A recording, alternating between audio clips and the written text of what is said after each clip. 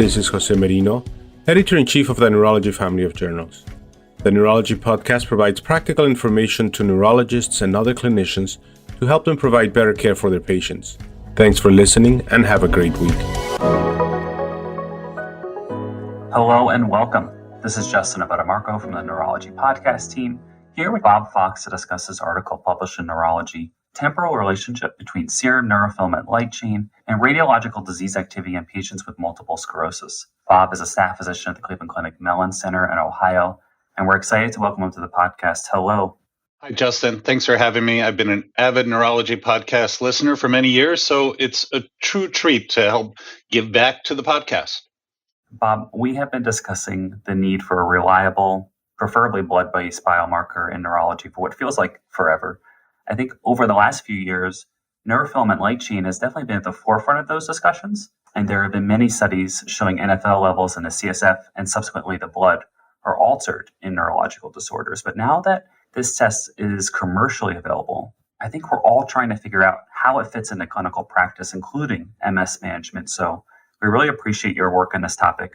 Maybe we could take a step back and you could help explain what NfL is measuring, how it applies to neurological disease, so that it gives us some context for this discussion. Well, let me start with what neurofilaments are as a reminder from our basic neurobiology training. Neurofilaments are a family of proteins. They form the structural backbone of neurons, the steel girders, if you will, within neurons, thereby give the neuron shape and form. They're very sturdy proteins, so they withstand degradation quite well. And as a result, when they're released from sick or injured neurons, they are quite stable in body fluids like CSF and blood.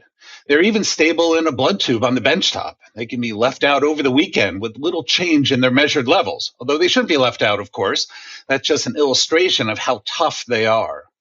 Now, because neurofilaments are a structural protein within neurons, anytime a neuron is injured or dies or has any sort of problem, neurofilaments are then released. So as you might guess, almost all neurological illnesses that involve neuronal injury, they are associated with elevations in neurofilaments, whether it be in the CSF or in the blood. So neurofilament is a rather nonspecific indicator of neuronal injury.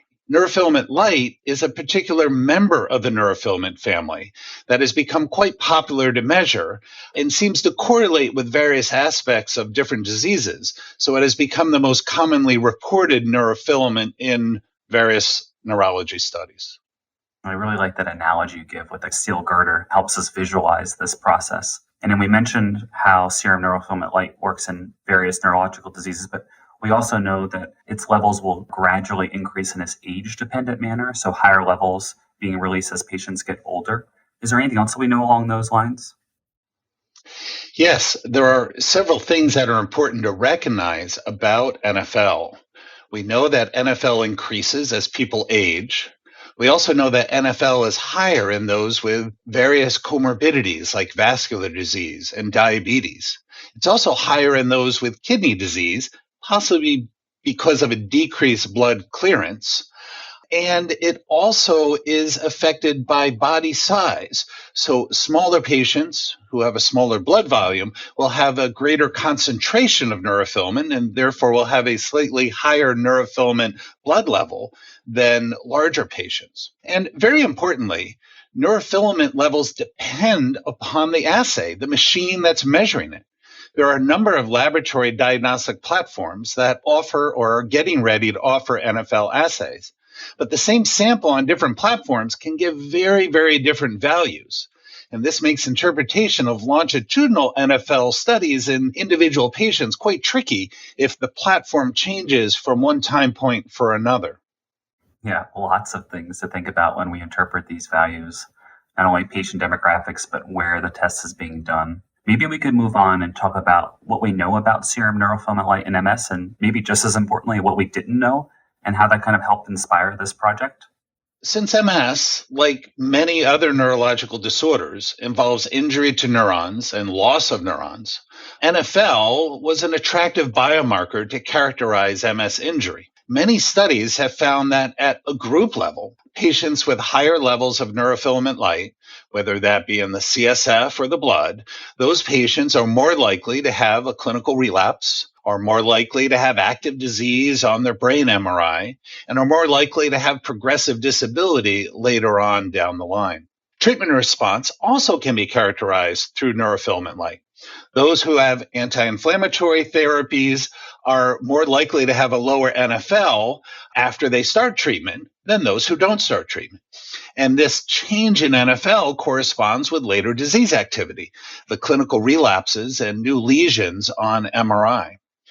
So based upon these studies, many clinicians have looked into using NFL in clinical practice, using individual levels of NFL to guide individual patient management. This may include identifying when patients have active inflammation and when to make treatment decisions, like when to start therapy or when to change therapy. The problem is that as a field, we haven't really looked at how NFL levels correspond to these things at the individual single patient level. All of our previous studies looked at NFL at the group level, group averages. So specific studies are needed to understand how group average data relate to individual patient level data. So the RESTORE clinical trial gave us an opportunity to do just that. The RESTORE trial was a randomized controlled trial conducted about 10 years ago and took patients treated with an MS therapy, natalizumab, and randomized them to stop the MS therapy or continue it. These patients were then followed with monthly MRIs to monitor the return of disease activity. They also had blood collected at the time of their monthly MRI. These monthly visits with an MRI and corresponding blood collection allowed us to identify with pretty good precision when the disease activity returned on MRI in each individual patient with the corresponding blood collection. Monthly blood draws continued too, and these monthly blood draws before the MRI disease activity, at the time of the MRI disease activity, and after the start of disease activity allowed us to characterize serum NFL around the time before, at, and after gadolinium disease activity, and to do that at the individual patient level. Now, in that study, 65 patients developed gadolinium-enhancing lesions, so they were the focus of this analysis. But we needed a comparison group, so we used the other patients in this study, the patients who did not develop gadolinium-enhancing lesions. They served as the within-study control group, and they then defined the 95th percentile of expected normal range of serum NFL. So what was the major findings to your work? We found that at the group level, those with MRI disease activity had an elevation in NFL. And as the number of GAD lesions increased, the peak median serum NFL also increased. We also found that the vast majority of patients with an elevation in NFL had disease activity on MRI. So all of that is what we would expect based on previous studies. But what we didn't expect was that most of the patients with GAD lesions did not show an elevation in NFL.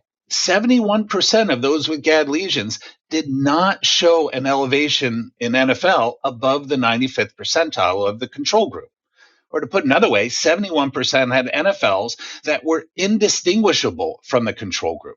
Additionally, and just as importantly, the initial increase of serum NFL was almost always after the first observation of the gadolinium-enhancing lesions, and it was after by a month or more. The median peak increase in NFL was 2 months following the first appearance of GAD lesions, and in many patients it was even later. Although the specificity of NFL elevation was high, meaning that when NFL elevated, it almost always meant there was the disease activity on the MRI, the sensitivity was quite low. The sensitivity was only 28%.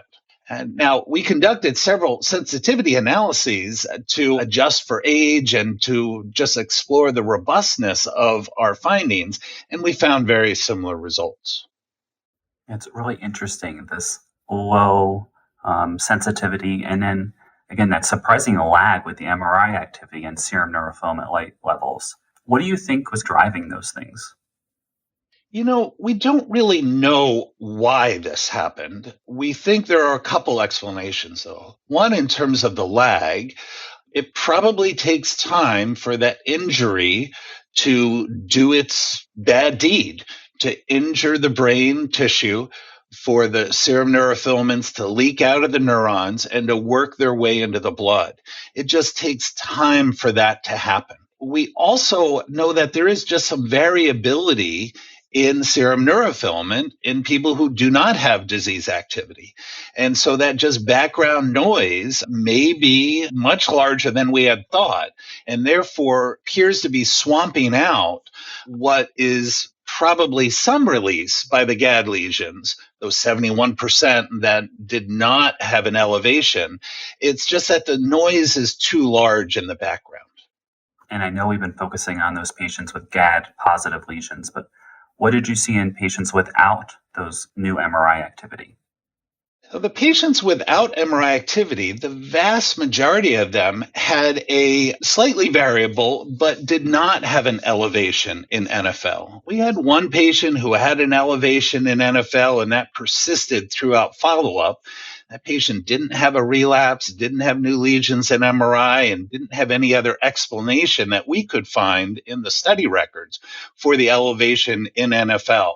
So there was some variability, but in general, they stayed relatively stable. And maybe that leads us right into the next logical question of patients with serum neurofilament light with progressive phenotypes. So this progressive disability accrual, how did that fit in your study? So this study was looking at patients treated with the relapsing therapy, natalizumab. We did not look at progressive disability, so we can't use this study to look at the gradual little by little worsening, the progression independent of relapse activity that is seen in our progressive patients. So that's just not something this study can really look at. But where studies have looked at NFL with progression, it does not seem that NFL predicts or correlates with progression unless patients are on a highly effective anti-inflammatory therapy for a year or more. In those patients, it may be helpful and predictive of future disability, but one needs to remove the active inflammation with a highly effective therapy. And I think that group of patients, right, it's such a huge unmet need in our cohort of patients. So hopefully more to come. Yeah, hopefully more to come. And we definitely were hoping that NFL would be helpful with progression, the progressive MS patients. But unfortunately, the data so far, it's not terribly helpful except for the small subset of patients who are on a highly effective anti-inflammatory therapy where we can remove the active inflammation as a confounder. So I guess maybe high level summary, we have relatively high specificity, but low sensitivity in terms of serum NFL in this cohort, and then this lag with MRI. With all of this data and with your review of the literature, how does this fit into your clinical practice? So this study has several implications if one were to consider using NFL in routine patient care, in routine clinical practice. So first, the low sensitivity to MRI disease activity needs to be recognized. And I think that's perhaps the most under-recognized aspect of NFL.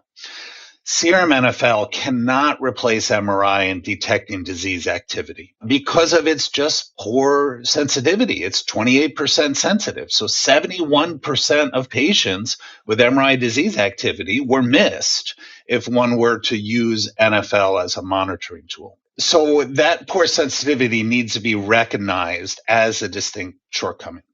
NFL is also delayed. It peaked several months after the development of disease activity. So if a patient calls with new or worsening symptoms over the last couple days, and the provider wonders, well, I wonder if there's MS disease activity to explain the symptoms, NFL will not be helpful because it doesn't elevate for a month or more after the onset of disease activity. So that trying to understand recently developed symptoms, NFL is not going to be helpful. Finally, NFL levels remain elevated for quite a while after they first spike. We didn't follow patients in this trial long enough to get a clear sense of the timeline of the later decline, but it appears to be many months before NFL reduces again. So clinicians need to remember that the NFL, it's a prolonged measure which will remain elevated a long time after the disease activity. I think it's useful to think of NFL sort of like hemoglobin A1C as a delayed cumulative measure of glycemic control in diabetes. And so I think if we think of NFL as a somewhat cumulative over 2 or 3 months average of disease activity, that's probably a better way to conceptualize this tool. And then still keeping in mind those limitations we discussed at the top of the podcast, right? Challenges with age, comorbidities, other things, as this gets into clinical practice that we have to consider. Yes, indeed. Any other limitations that folks should be aware of with this study? One of the major limitations of our analysis is that we only looked at one clinical scenario, patients stopping a single disease-modifying therapy, natalizumab, and following the return of disease activity. We don't know if this can be generalized to other disease-modifying therapies or patients who are not on active disease-modifying therapy. So we really don't know how generalizable this is across the spectrum of MS.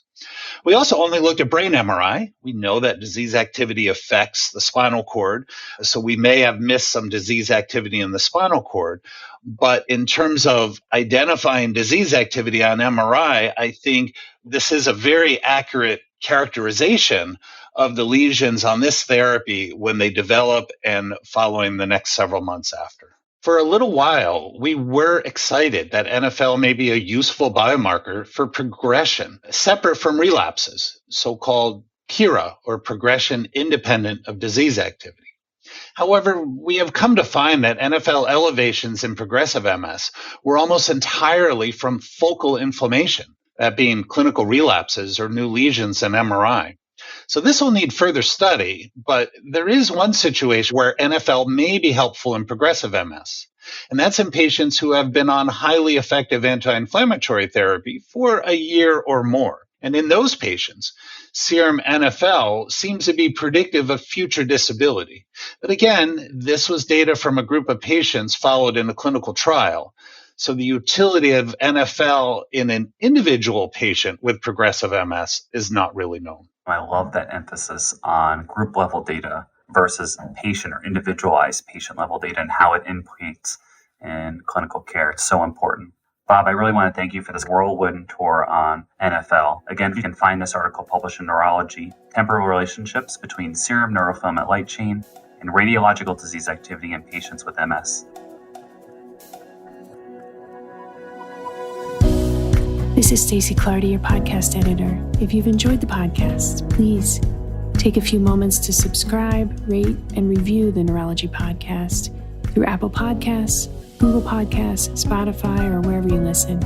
And remember, you can always head to neurology.org/podcast for our full list of past episodes.